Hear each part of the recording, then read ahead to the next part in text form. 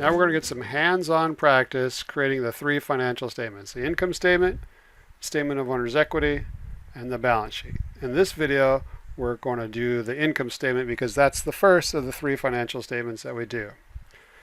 So get out a piece of paper, and by hand, I want you to use this data to create an income statement for a company called French Realty for the month of June. If you need to, you can find the income statement example on page 18 of your textbook to guide you through the formatting.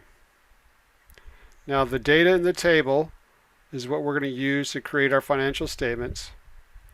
And this has a lot of extra information in it. So just because it has lots of data doesn't mean you have to use all of that data on each of the financial statements. So go ahead and pause the video. Don't cheat. Pause the video and try to create an income statement from this data. And then I'll show you the solution in just a few seconds.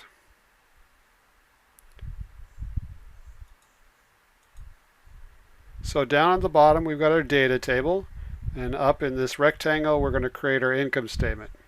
So remember, the income statement, like all the financial statements, has to start with a three-line heading. So what's the first line of the three-line heading? It's always the name of the company, French Realty. And then what's the second of the three lines? It's the name of the statement, and we are creating the income statement, so the second line is income statement. And the third line is always date related. On a balance sheet it's a single day, but for an income statement it's a period of time. And what time did we say we're doing this for? For the month ended June 30th, and then you can make up the year. Alright, so what's the formula for the income statement? Hopefully this is easy by now. It's revenue minus expense. So we're going to list revenue as a title, and let's look down in our box. How many revenues do you see? Most companies have multiple sources of revenue, but this company only has one source of revenue: commission revenue. So it sounds like they're where they sell real estate. So we're going to put commission revenue and $2,900. So the formula again for the income statement is revenue minus expense. So next we're going to list our expenses by having a label for expenses. Of course, you don't have to memorize this formatting. I just wanted to make sure that you get the correct accounts, the correct numbers, the three-line heading, and the correct income, net income. So we're going to list the largest expense first, so that's salaries expense. And then the next largest is utilities expense. And then our last one is rent expense. Notice we're doing it in a separate column to keep it away from the three main numbers, which are total revenue, total expenses, and net income.